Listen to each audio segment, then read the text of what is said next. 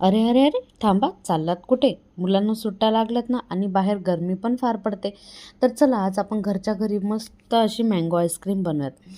हे मी 2 मँगो घेतले होते. काही मँगो मी गार्निशिंगसाठी ठेवले आहे आणि काहीचा पल्प करून घेतलेला आहे. ही मी फ्रेश क्रीम घेतलेली आहे.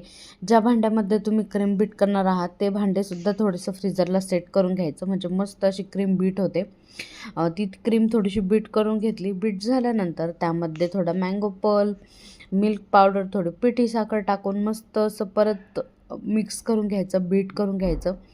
हे ज्या भांड्यामध्ये तुम्ही सेट करणार आहात त्या भांड्यामध्ये टाकून गार्निशिंगसाठी काही मँगो टाकून जे आपण बॅटर बनवलं आहे ते टाकून मस्त अशी सेट करण्यासाठी ठेवायची. बघा किती सुंदर अशी सेट झालेली आहे.